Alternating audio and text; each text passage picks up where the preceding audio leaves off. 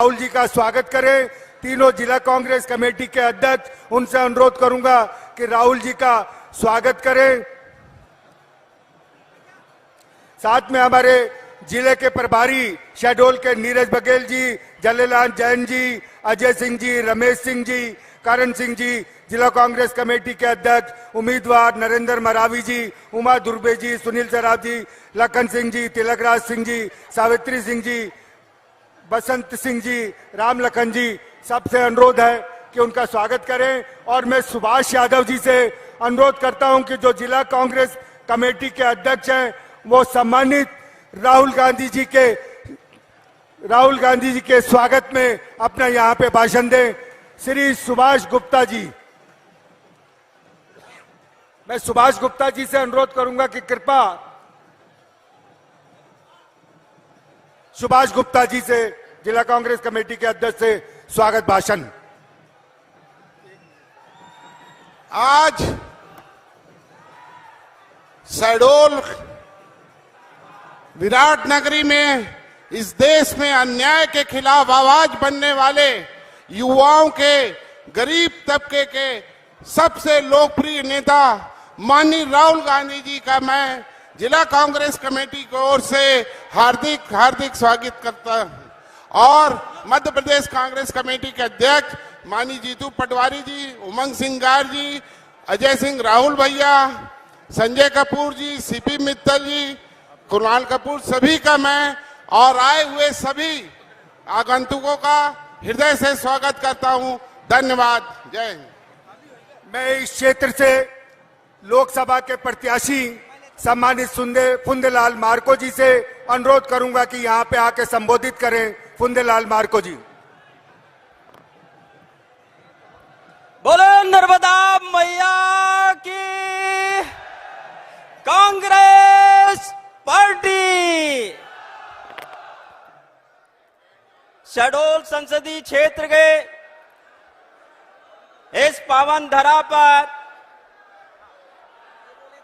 राष्ट्र के हमारे आदरणीय नेता, कर्मयोगी माननीय राहुल गांधी जी का हम आप सब पूरे संसदीय क्षेत्र से आए कार्यकर्ताओं का हम हार्दिक अभिनंदन, वंदन और स्वागत करते हैं। मंच में विराजमान सभी आदरणीय नेताओं का मैं बहुत आभार व्यक्त स्वागत करता हूं।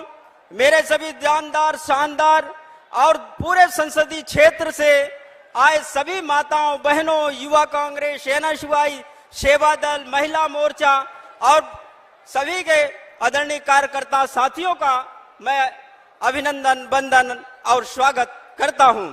साथियों, ये चुनाव मुझे आपके कहने से, आपके अनुशंसा पर, आपके परामर्श से मुझे संसदीय क्षेत्र का आपका प्रत्याशी आपने चुना रहा। और मैं आप सबसे निवेदन करता हूं कि आपने मेरे प्रत्याशी बनाए जाने की अनुशंसा आदरणीय आप कार्यकर्ताओं ने, नेताओं ने किया है। इसलिए मैं आप सबको आह्वान करता हूं कि मां नर्मदा की इस पावन धरा जहां से प्रवाही हो रही और आप सब लोग, हम जैसे आप लोगों ने टिकट दिलाने का आपने सिफारिश किया है, उसी तरीके से आप अपने अपने बूथ में, अपने अपने पोलिंग में माननीय हमारे सेक्टर प्रभारी, मंडलम प्रभारी और सभी आदरणीय कार्यकर्ता नेताओं से मैं आह्वान करता हूं कि हम आप सब मिलकर के और अपने पूल बूथ को जीतेंगे, हम चुनाव जीतेंगे। मेरा बूथ सबसे मजबूत, इस नारे के साथ हम लोग आगे जाएंगे, क्योंकि जिसको सुनने के लिए अपार भीड़ आज इस मां भगवती के इस भूमि में आए हैं। मैं आप सबका स्वागत, वंदन और अभिनंदन करता हूं कि आप सब लोग जो है अपने तन से, मन से हम सब एक होकर के और इस शहडोल संसदीय क्षेत्र को हम जीतने का हम प्रयास करेंगे और जीतेंगे। यह मैं आपको सबको प्रयास करता हूं। यह जीत हमारे कांग्रेस का जीत है, यह जीत माननीय राहुल गांधी का जीत है, यह जीत एक एक कार्यकर्ता का जीत है, हमारे मंडलम सेक्टर और के सभी कार्यकर्ताओं का जीत है, बीएलए और हमारे पोलिंग में लड़ रहे सभी साथियों का हमारा ये जीत है। इसलिए मैं आप सब लोगों से चाहता हूं कि हम आप सब मिलकर के आने वाले 19 तारीख को जो वोटिंग होगा उसमें आप जो है पंजा चुनाव चिन्ह पर अपन बटन दबा करके भारी मतों से विजयी बनाएंगे, ऐसा मैं आप सबसे अनुरोध करता हूं। जय हिंद, जय भारत, धन्यवाद। धन्यवाद फुंदेलाल जी। मैं उमंग सिंगार जी से अनुरोध करूंगा कि यहाँ पे आके संबोधित करें। भाई उमंग सिंगार जी।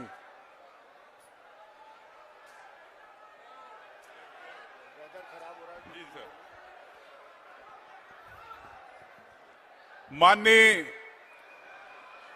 हमारे राष्ट्रीय नेता राहुल गांधी जी, माननीय जीतू पटवारी जी प्रदेश अध्यक्ष, माननीय अरुण यादव जी, माननीय अजय सिंह जी, माननीय सभी विधायक साथी, माननीय पूर्व विधायक, सम्मानित मंच, तो सम्मानित कांग्रेस के दूर दूर से पधारे साथियों, कार्यकर्ता, इस क्षेत्र की जनता, मैं आप सब राहुल गांधी जी को सुनना चाहते हैं और ज्यादा समय नहीं लूंगा। बस इतना कहना चाहता हूं कि जो मोहन यादव सरकार है, जो शिवराज सिंह और मोहन यादव की आपस में कबड्डी चल रही है, एक दूसरे के खिलाफ जांच कराने में लग गए। मोहन यादव जी, जो आप जानते हैं कि उज्जैन में किस प्रकार से बड़े भूमि घोटालों में संलिप्त है और वो प्रदेश की जनता में एक भू माफिया, शराब माफिया, रेत माफिया को किस प्रकार से संरक्षण दे रहे हैं। आदिवासियों पे अत्याचार हो रहे, उन आदिवासियों पे कोई बात नहीं की जाती। महिलाओं को लेके हमारे प्रदेश के अंदर जो वादे किए गए 3,000 रुपए देने का, भारतीय जनता पार्टी ने आज तक नहीं मिला महिलाओं को। बेरोजगारों की बात है, पटवारी परीक्षा का घोटाला आप देख चुके हैं, व्यापम का घोटाला आपने देखा, तो युवा भटक रहे। मोदी जी 2 करोड़ नौकरी की बात करते, 2 करोड़ युवाओं को नौकरी नहीं मिली। तो मैं आपसे कहना चाहता हूं कि ये देश का चुनाव बहुत महत्वपूर्ण चुनाव है। युवाओं का, महिलाओं का, आम जनता के अधिकारों का, जिनकी आवाज को बंद किया जा रहा, रोका जा रहा है। आप सबसे मेरा अनुरोध है कि फुंदेलाल जी मार्को, जो एक अच्छे मेरे साथी विधानसभा में अच्छे वक्ता भी है, अच्छे लड़ाकू है, लड़ने वाले हैं, इनको आप दिल्ली भेजे और राहुल गांधी जी के हाथ मजबूत करें। ये मैं आपको विश्वास दिलाता हूं कि आपके शेडोल का भविष्य राहुल गांधी जी आने वाले समय में जो यहां पलायन होता है, उस पलायन को रोक के आपके युवाओं के लिए नौकरी की बात की जाएगी। ये मैं पार्टी की तरफ से विश्वास दिलाता हूं। जय हिंद, जय भारत। धन्यवाद उमंग जी। मैं मध्य प्रदेश कांग्रेस कमेटी के हमारे जाबाज युवा अध्यक्ष भाई जीतू पटवारी जी से अनुरोध करूंगा कि क्योंकि यहां पे आके संबोधित करें। भाई जीतू पटवारी जी। भारत माता की। एक बार एक साथ जितने भी ये झंडे लेके हमारे परिवार के साथी खड़े हैं, भारत माता की। साथियों, ये वो प्राचीन नगरी है, वो स्थान है जो प्राचीन काल में, महाभारत काल में, जब मवेशियों को पानी की दिक्कत आई थी तो अर्जुन ने तीर से पानी निकाला था। वैसे ही आपका भरोसा बने फुंदेलाल मार्को पे, आपके वोट तीर जैसा हाथ के पंजे पे लगे और सीधा फुंदेलाल जी दिल्ली जाए, राहुल जी के साथ काम करे। ऐसा मैं आप सबसे प्रार्थना करता हूं, जरा जोरदार तालियों से इस नगरी पर राहुल गांधी जी का स्वागत करें। साथियों, मंच पर विराजित तमाम सम्मानित नेतागण, यहां उपस्थित सभी परिवार के साथीगण, हमारी बहनें, यूथ कांग्रेस, महिला कांग्रेस, कांग्रेस पार्टी, सभी पदाधिकारीगण। 2014 में चुनाव हुए, नरेंद्र मोदी जी ने जो बातें की थी, वो काले धन की बात हो, बहुत हुई महंगाई की मार, अब की बार मोदी सरकार, याद है नहीं है आपको? नरेंद्र मोदी जी ने कहा था 2 करोड़ रोजगार का, स्विस बैंक का, काले धन का, 15-15 लाख का, ये बातें याद है या नहीं है? क्या हुआ 10 साल में? 10 साल में स्विस बैंक की लिस्ट नहीं आई, एसबीआई की लिस्ट आ गई, जिसमें सारा काला धन भारतीय जनता पार्टी के खातों में निकला, कांग्रेस पार्टी के खातों में नहीं निकला। सही है कि गलत? साथियों, राहुल गांधी जी ने 4000 किलोमीटर पैदल चले, 6700 किलोमीटर फिर दूसरी यात्रा निकाली। देश के तमाम किसानों से बात की, महिलाओं से बात की, युवाओं से बात की, आम आदमी से बात की, श्रमिकों से की, ट्रक ड्राइवरों से की, और सबसे बात कर करके जो सार निकला वो हमारा वचन पत्र, न्याय पत्र, 5 न्याय के सिद्धांत पर कांग्रेस पार्टी ने अपनी भावना देश के सामने रखी है। साथियों, जब बहुत हुई महंगाई की मार, अब की बार मोदी सरकार, पेट्रोल था 60 का, दाढ़ी वाले बाबा ने कहा 30 का करवा दूंगा, हो गया 110 का। सही है कि गलत? नरेंद्र मोदी जी ने कहा था स्विस बैंक में पैसा है, काला धन, मुफ्त में 15-15 लाख सबके पास जाएगा, उसमें कांग्रेसियों का है, ये भी बोलते थे इनडायरेक्ट भारतीय जनता पार्टी के लोग। 10 साल में कुछ नहीं निकला। जो काला धन था वो नरेंद्र मोदी जी और भारतीय जनता पार्टी में खाते में निकला। हमारे प्रधानमंत्री कहते हैं करप्शन के अगेंस्ट 2 टर्म में तो सिर्फ ट्रेलर है, ट्रेलर, अभी फिल्म बाकी है। ट्रेलर में करप्शन के अगेंस्ट 140 नेताओं पर ईडी की और सीबीआई की जांच हुई, 121 बीजेपी में कर लिए। ये उनका ट्रेलर है, ध्यान रखो देशवासियों, प्रदेशवासियों। उन्होंने कहा देश के सामने कि मैं करप्शन के अगेंस्ट कहीं कुछ बर्दाश्त नहीं करूंगा।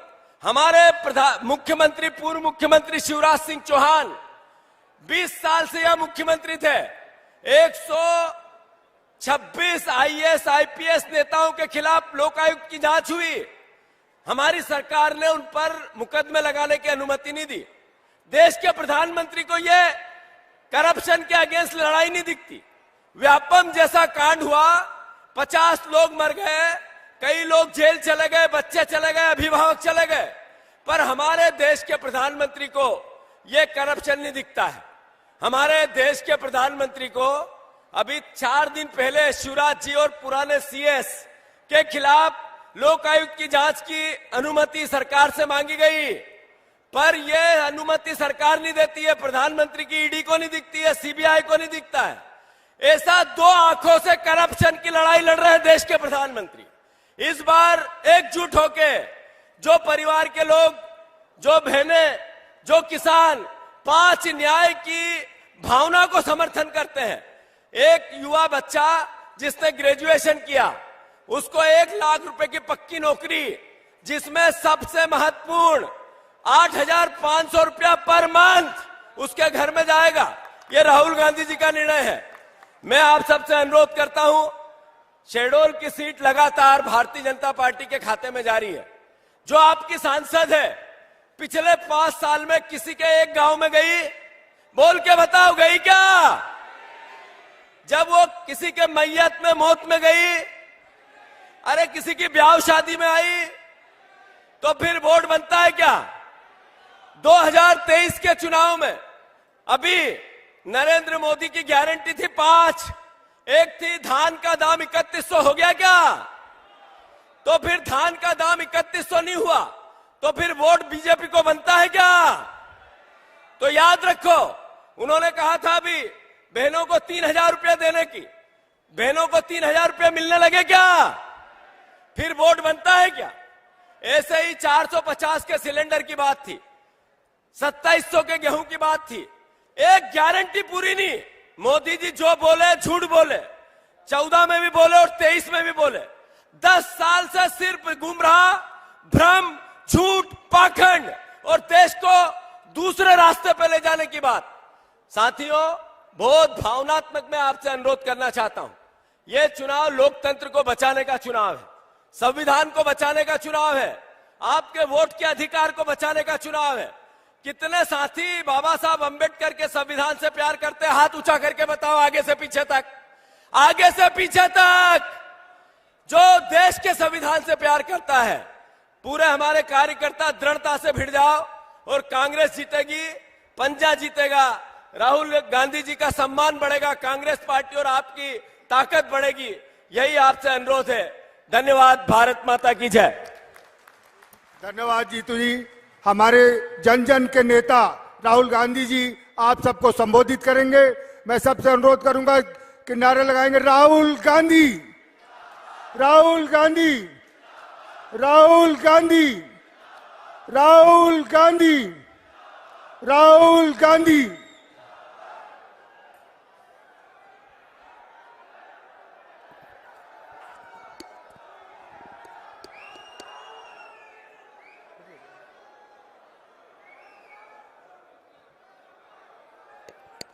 जीतू पटवारी जी, उमंग सिंघार जी, अरुण यादव जी, वे बाद में कीजिए, अजय सिंह जी, रमेश बैस जी, हमारे कैंडिडेट पुंदेलाल सिंह मरकू जी, आप सबको विश्व बंजारा दिवस की बहुत बहुत शुभकामनाएं। हमारे प्यारे कार्यकर्ता भाइयों और बहनों, प्रेस के हमारे मित्रों, आप सबका यहां बहुत बहुत स्वागत। आप दूर दूर से आए, इसके लिए शुरुआत में ही मैं आपका दिल से धन्यवाद करता हूं।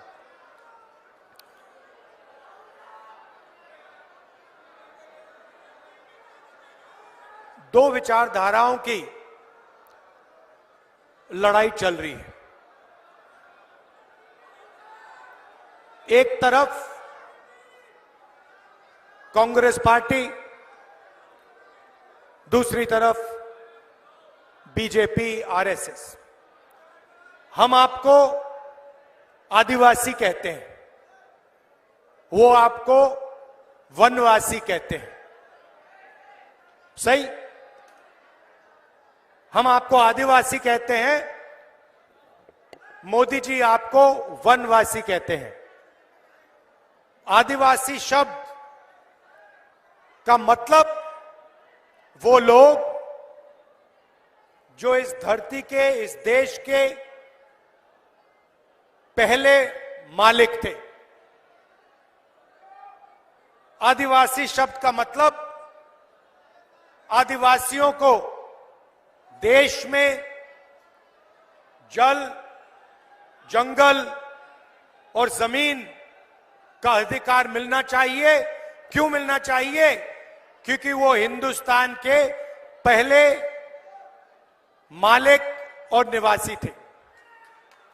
अब बीजेपी कहती है नहीं, आप लोग आदिवासी नहीं हो, आप लोग वनवासी हो। वनवासी का मतलब वो लोग जो जंगल में रहते हैं। वनवासी का मतलब जो जंगल में रहते हैं, उन्हें ना जमीन का हक है, ना जंगल का हक है, ना जल का हक है। उन्हें कोई अधिकार नहीं मिलने चाहिए। क्यों? क्योंकि वो तो जंगल में रहते हैं। तो ये फर्क है। आप सोचिए, बीजेपी के लोग आपको वनवासी कहते हैं, कहते हैं कि आप जंगल में रहते हो। हिंदुस्तान का जंगल एक के बाद एक, एक के बाद एक, एक के बाद एक गायब हो रहा है। जंगल गायब हो जाएगा तो फिर वो आपसे कहेंगे आप वनवासी हो, आप जाके सड़कों पे भीख मांगिए, दूसरे लोगों के लिए काम कीजिए, और आपको इस देश में कोई हक नहीं मिलने वाला है। तो ये लड़ाई हो रही है। हमारे लिए आप आदिवासी हो, हिंदुस्तान के पहले मालिक हो, और ये आपका इतिहास है, आपकी हिस्ट्री है। वनवासी शब्द जो है आपकी हिस्ट्री को मिटाने की कोशिश वाला शब्द है। आपके इतिहास को, आपकी भाषाएं को, आपके जीने के तरीके को खत्म करने का शब्द है। सीधी बात कहेंगे आपको कि भैया आप तो जंगल में रहते हो, आपको अधिकार कैसे मिलेंगे? जंगल में किसी को अधिकार थोड़ी मिलते हैं। तो यह फर्क है। अब चुनाव का समय है। कांग्रेस पार्टी हिंदुस्तान के गरीब जनता के लिए, आदिवासियों के लिए पिछड़ों के लिए क्या करने जा रही है, यह मैं आज आपको बताने आया हूं। नरेंद्र मोदी जी ने 22-25 लोगों का 16 लाख करोड़ रुपया कर्जा माफ किया है। आम आदमी से आप कहो कि भैया 16 लाख रुपए कितना होता है, वो आपको बता नहीं पाएगा। इतना पैसा होता है कि आपको और हमें समझ ही नहीं आता कितना पैसा। तो मैं आपको बताता हूं, मनरेगा को चलाने में 65,000 करोड़ रुपए लगते हैं। नरेंद्र मोदी जी ने 22-25 लोगों के लिए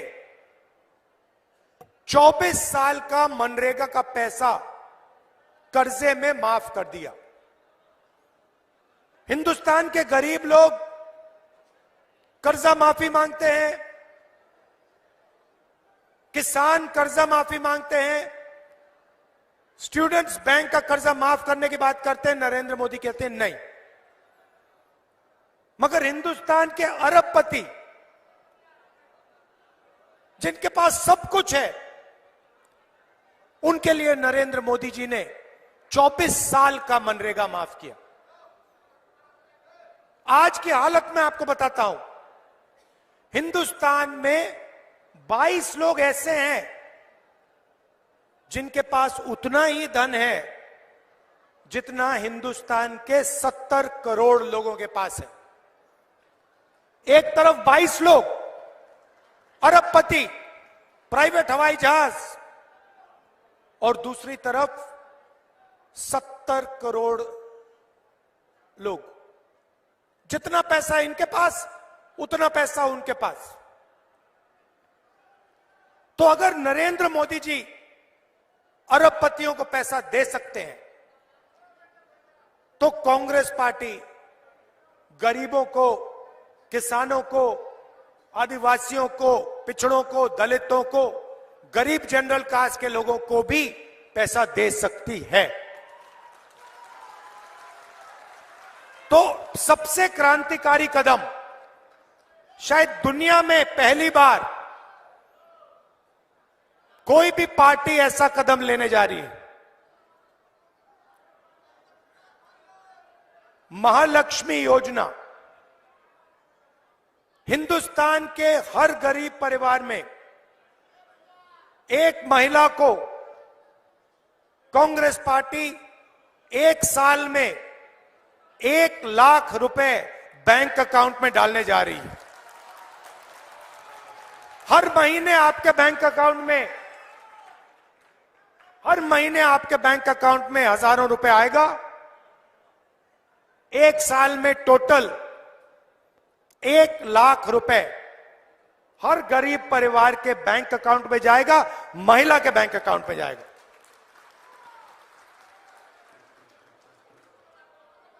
इससे हिंदुस्तान का और हमारे गरीब परिवारों का की जिंदगी बदल जाएगी। क्रांतिकारी काम है। आप सोचो एक परिवार है, गरीब परिवार है मध्य प्रदेश में, मजदूरी करते हैं, 3-4 हजार रुपए की उनकी आमदनी है। हमारी सरकार आने के एकदम बाद उस परिवार को बैंक अकाउंट में हर साल 1 लाख रुपए मिलेगा। मतलब परिवार की जिंदगी बदल जाएगी। और ये हम हर गरीब परिवार के लिए करने जा रहे हैं। उन्होंने 22 लोगों का कर्जा माफ किया, हम करोड़ों लोगों की, करोड़ों परिवारों की जिंदगी बदलने जा रहे हैं। नरेंद्र मोदी जी ने नोटबंदी की, गलत जीएसटी लागू की। जो छोटे व्यापारी हैं, छोटा बिजनेस चलाते हैं, छोटी फैक्ट्री चलाते हैं, मिडिल साइज फैक्ट्री चलाते हैं, जिसमें 15-20 लोग, 50 लोग, 100 लोग काम करते हैं, उन सब का नुकसान हुआ। जीएसटी ने, नोटबंदी ने उन सबको खत्म कर दिया। नतीजा क्या हुआ कि हिंदुस्तान के युवाओं को रोजगार नहीं मिल सकता। मोदी जी की सरकार ने मान लिया कि हां, हम रोजगार नहीं दे पा रहे हैं। क्यों नहीं दे पा रहे हो? क्योंकि आप पूरा का पूरा काम 20-25 लोगों के लिए कर रहे हो। जो रोजगार देने वाली रीढ़ की हड्डी है, स्मॉल और मीडियम बिजनेस वाले, छोटे व्यापारी, उनको तो आपने खत्म कर दिया। तो रोजगार कैसे मिलेगा? सवाल ही नहीं उठता। Narendra Modi ji make in India की बात करते हैं, और जहां भी देखो made in China, made in China, made in China.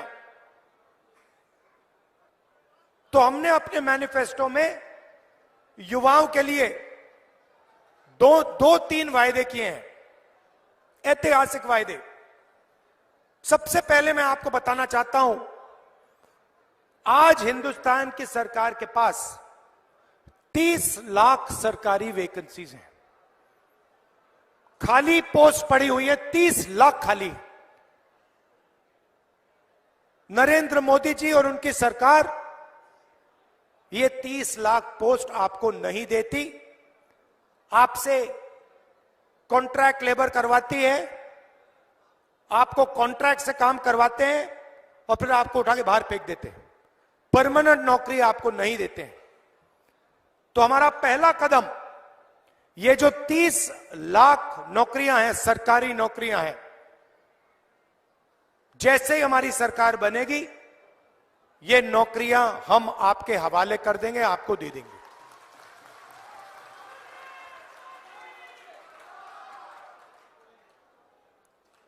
अब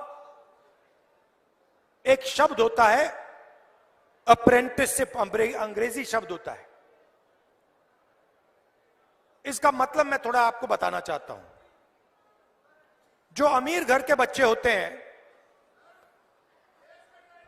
जो अमीर घर के बच्चे होते हैं, रोजगार पाने से पहले वो किसी बड़ी कंपनी में या सरकार में जाके अप्रेंटिसशिप करते हैं। भैया ठहर जाइए, डिस्टर्ब मत कीजिए। वो किसी बड़ी कंपनी में जाके 1 साल के लिए, 6 महीने के लिए, 3 महीने के लिए ट्रेनिंग करते हैं, काम करते हैं, और इसके लिए उनको पैसा मिलता है। आजकल हिंदुस्तान में अमीर लोगों के बेटे ये करते हैं। अब हमने मैनिफेस्टो में निर्णय ले लिया है, जैसे हमने मनरेगा किया, गरीबों को रोजगार का अधिकार दिया, वैसे ही हम हिंदुस्तान के सब युवाओं को अप्रेंटिसशिप का अधिकार देने जा रहे हैं। इसका मतलब हिंदुस्तान के गरीब से गरीब युवा को अप्रेंटिसशिप का अधिकार मिलेगा। मतलब क्या होगा? प्राइवेट कंपनियों में, सरकारों में, बड़ी बड़ी संस्थाओं में हिंदुस्तान के गरीब युवा अप्रेंटिसशिप कर पाएंगे। उनको 1 साल की ट्रेनिंग मिलेगी और उस साल के लिए उनको 1 लाख रुपए सैलरी में दिया जाएगा। और ये, भैया उसको चुप करो, और ये अधिकार होगा। जैसे मनरेगा अधिकार है, वैसे ही ये अधिकार होगा। जब आप अप्रेंटिसशिप मांगोगे, दुनिया की कोई भी शक्ति आपको मना नहीं कर पाएगी। तो ये हम करने जा रहे हैं। जब मैं मध्य प्रदेश में यात्रा में निकला, तो बहुत सारे युवाओं ने कहा कि देखिए, हम काम करते हैं, पढ़ाई करते हैं, और एग्जाम से 1-2 दिन पहले पेपर लीक हो जाता है, बेईमानी से स्टूडेंट्स बेईमानी करके एग्जाम पास कर लेते हैं और जो ईमानदारी से काम करता है वो देखता रह जाता है। इसीलिए हम पेपर लीक के खिलाफ एक नया कानून लाएंगे, सख्त से सख्त कार्रवाई होगी और जो भी पेपर लीक करेगा उसके खिलाफ एकदम कार्रवाई होगी। और जो प्राइवेट आजकल जो नई बात निकली है कि पेपर को प्राइवेट कंपनियां चेक कर रही हैं, इसको हम बंद कर देंगे। कोई भी प्राइवेट कंपनी पेपर को चेक नहीं कर पाएगी।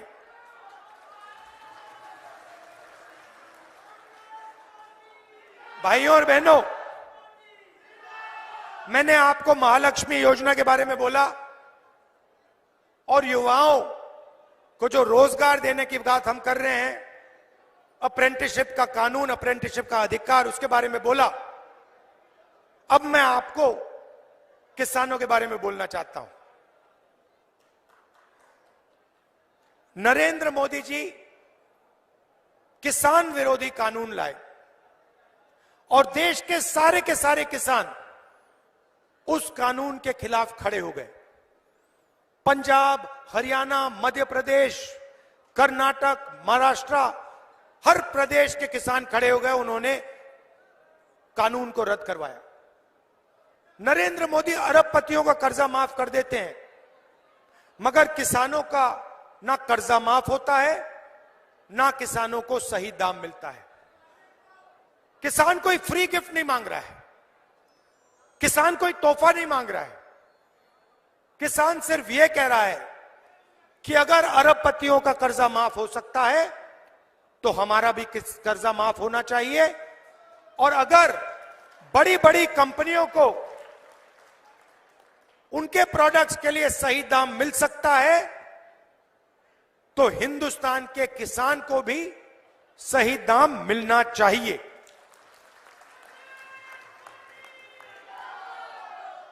तो हमने निर्णय लिया है कि जैसे ही हमारी सरकार आएगी, हिंदुस्तान के किसान का कर्जा माफ होगा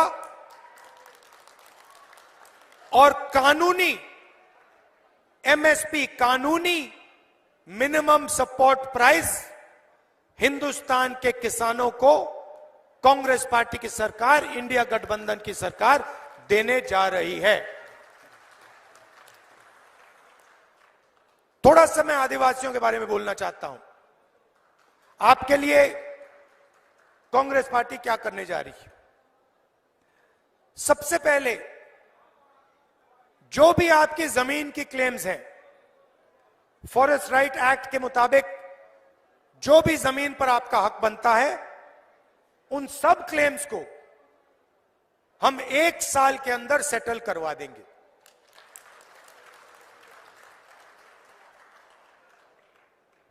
मैंने पहले कॉन्ट्रैक्ट लेबर की बात की। जब भी गरीब लोगों के रोजगार की बात होती है, चाहे वो आदिवासी हो, दलित हो, पिछड़े हो, जनरल कास्ट के गरीब लोग हों, तो उनको कॉन्ट्रैक्ट बेसिस पे रखा जाता है, उनको परमानेंट नहीं किया जाता। किसी प्राइवेट कंपनी में कोई मैनेजर रखा जाता है तो उसे परमानेंट जॉब दी जाती है, आईएएस अफसर को परमानेंट जॉब दी जाती है, मगर गरीब लोगों को कॉन्ट्रैक्ट बेसिस पे जॉब दी जाती है, ठेकेदारी से जॉब दी जाती है और जब भी उसको हटाने की जरूरत होती है 1 मिनट में बिना कोई कॉम्पनसेशन उसको उठा के बाहर फेंक देते हैं। ये जो ठेकेदारी प्रथा है, इसको कांग्रेस पार्टी की सरकार खत्म करने जा रही है। सरकार में और पब्लिक सेक्टर यूनिट्स में ठेकेदारी प्रथा हम बंद करेंगे और जिसको भी नौकरी मिलेगी वो परमानेंट नौकरी होगी, वो सरकारी नौकरी होगी और वो किसी ठेकेदार के थ्रू नौकरी नहीं होगी। इससे आदिवासियों को, दलितों को, पिछड़ों को, गरीब जनरल कास्ट के लोगों को फायदा होने जा रहा है। एससी, एसटी और ओबीसी की जो स्कॉलरशिप्स हैं उनको हम दुगना करने जा रहे हैं। और शायद सबसे बड़ा काम, जहां भी आदिवासियों की 50% से ज्यादा आबादी है, वहां पे हम 6 शेड्यूल को लागू करने जा रहे हैं। अब बीजेपी के लोग गलत बात फैला रहे हैं, कह रहे हैं कि 6 शेड्यूल के माध्यम से बाकी लोगों को नुकसान होगा। यह बिल्कुल गलत है। 6 शेड्यूल का मतलब कि डिस्ट्रिक्ट कलेक्टर नहीं चलाएगा, लोकल लेवल पे कमेटी चलाएगी। उस कमेटी में आदिवासी होंगे, ओबीसी होंगे, दलित होंगे, जनरल कास्ट के लोग होंगे। तो ओबीसी को, दलित को नुकसान नहीं होगा, किसी को नुकसान नहीं होगा। सिर्फ यह बात होगी कि आपका जो लोकल एरिया है, आप लोग उसको लोकली चलाओगे, पंचायत के लेवल से चलाओगे, वार्ड के लेवल से चलाओगे, और ऊपर से दिल्ली से या डिस्ट्रिक्ट कलेक्टर के ऑफिस से वो नहीं चलाया जाएगा। यह फर्क है। और इससे सिर्फ आदिवासियों को नहीं फायदा होगा, हर वर्ग को फायदा होगा। तो ये हम उन डिस्ट्रिक्ट्स में करने जा रहे हैं जहां भी आदिवासियों की आबादी 50% से ज्यादा है, और इससे ना किसी ओबीसी का नुकसान होगा, ना किसी गरीब जनरल कास्ट का नुकसान होगा। इससे सिर्फ यह फर्क पड़ेगा कि डिस्ट्रिक्ट कलेक्टर नहीं चलाएगा, लोकल एरिया से ये आपका पूरा का पूरा काम किया जाएगा। तो आपको डिस्ट्रिक्ट कलेक्टर के पास नहीं जाना पड़ेगा, आप गांव से, छोटे छोटे कस्बों से ही अपनी सरकार को चलाओगे। यह फर्क है।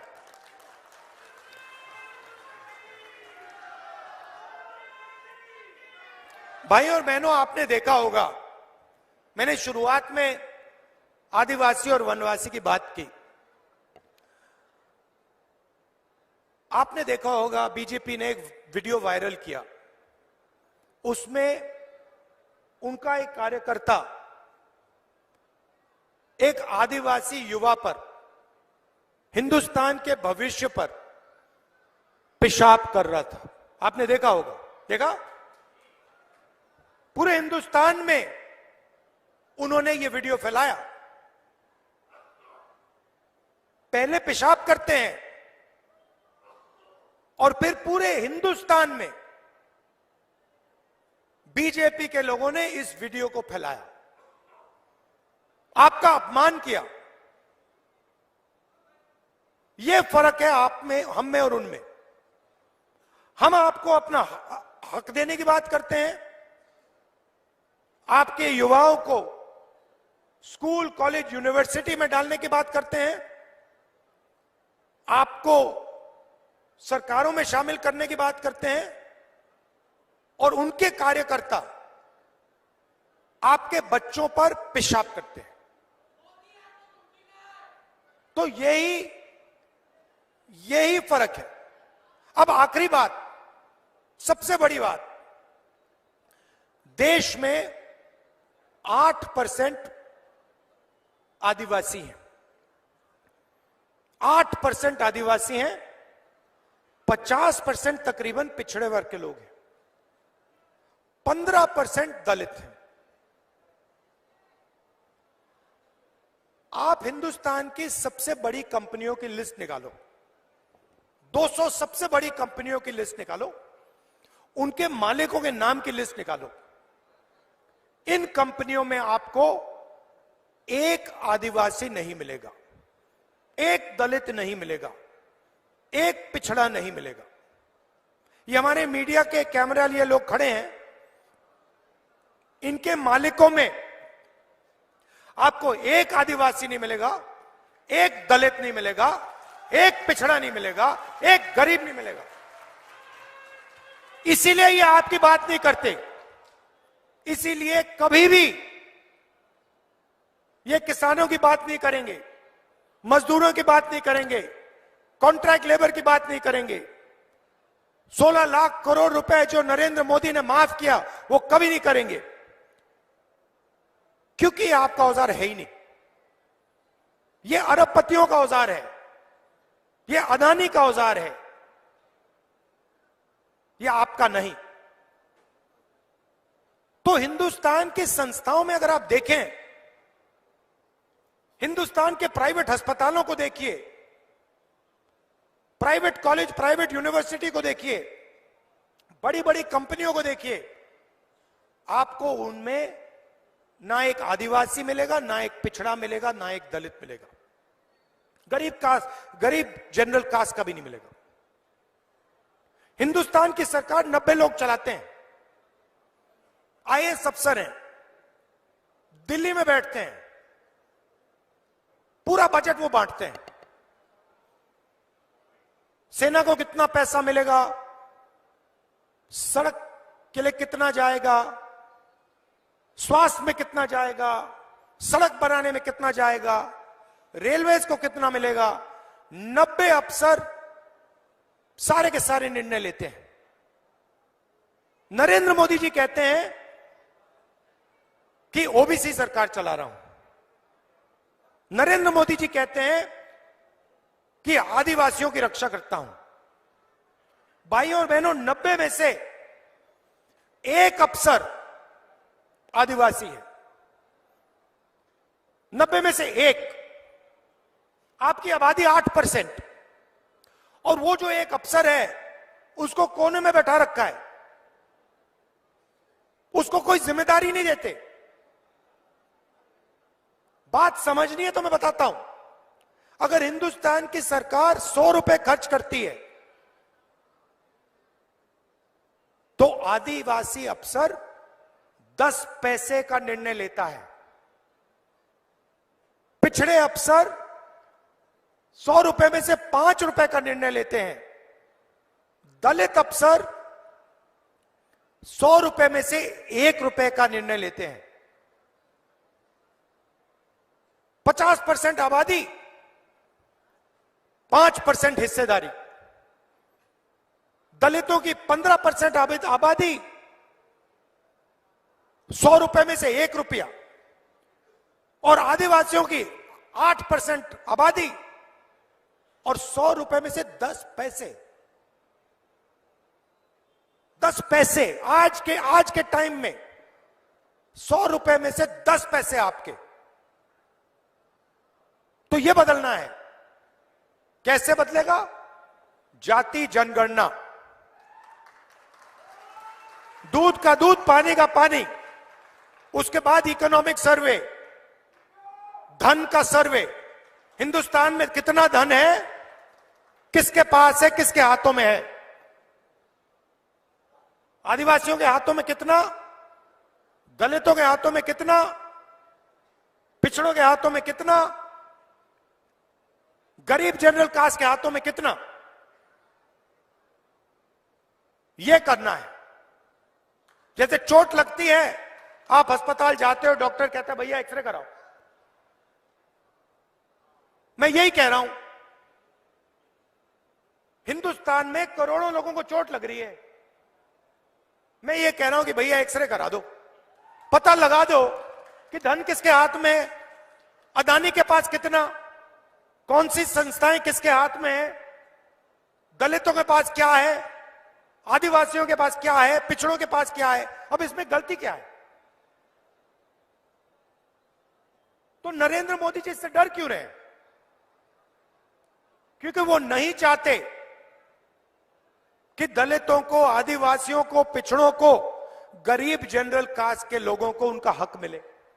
ये नहीं चाहते कि सच्चाई हिंदुस्तान के 90% लोगों के सामने आ जाए कि इन संस्थाओं में आपका तो कोई है ही नहीं, इन बड़ी बड़ी कंपनियों में आपका कोई है ही नहीं,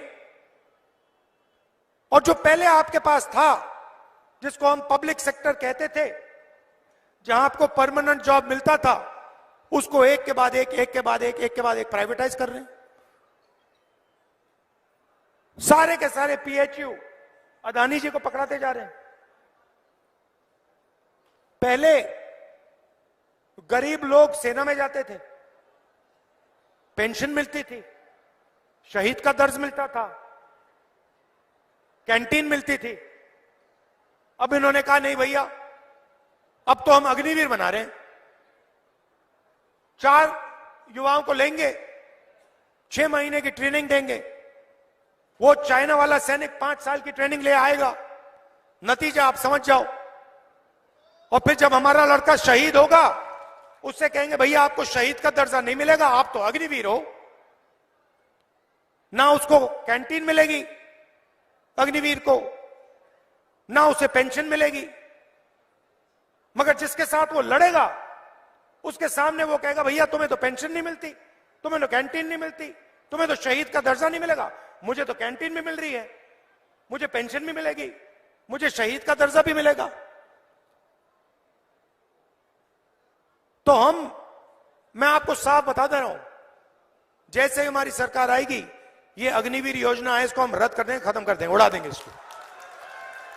और मजे की बात सुनिए, ये अग्निवीर योजना आर्मी को भी अच्छी नहीं लगती। ये अगर आप सेना से पूछें कि आप अग्निवीर को चाहते हो, सेना ही आपको कहेगी नहीं हमें नहीं चाहिए, इससे हमारा नुकसान हो रहा है, इससे देश का नुकसान हो रहा है।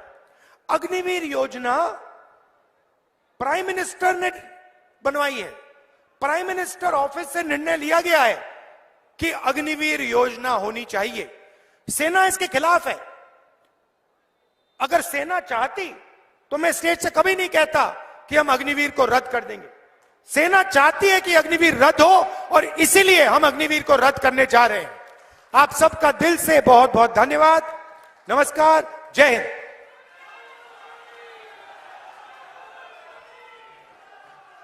हेलो, राहुल गांधी, मैं अजय अवस्थी जी से अनुरोध करूंगा कि यहाँ पे आए हुए सभी सम्मानित अतिथियों का स्वागत कर भाषण करें और सबका धन्यवाद करें।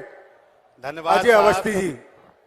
आज इस देश की गरीबों की, मजलूमों की आवाज हमारे देश के नेता, हम सब के नेता आदरणीय राहुल गांधी जी, हमारे प्रदेश के सम्मानित अध्यक्ष आदरणीय जीतू पटवारी जी, हमारे नेता प्रतिपक्ष आदरणीय उमंग सिंगार जी, हमारे विंध्य के नेता, पूर्व नेता प्रतिपक्ष आदरणीय अजय सिंह राहुल भैया, पूर्व हमारे प्रदेश कांग्रेस कमेटी के अध्यक्ष आदरणीय अरुण यादव जी, सम्मानित सभी कांग्रेस के वरिष्ठ जन, पूर्व विधायकगण, सभी का इस कार्यक्रम में एनएसयूआई, यूथ कांग्रेस, महिला कांग्रेस, यहाँ की शहडोल लोकसभा की आम जनता और सभी कार्यकर्ताओं का इस कार्यक्रम में आने का, और हमारे नेता राहुल गांधी जो कि लोकतंत्र को बचाने के लिए आज इस देश में निकले हुए हैं,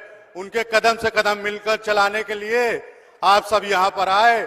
आप सभी का हृदय से आभार, धन्यवाद।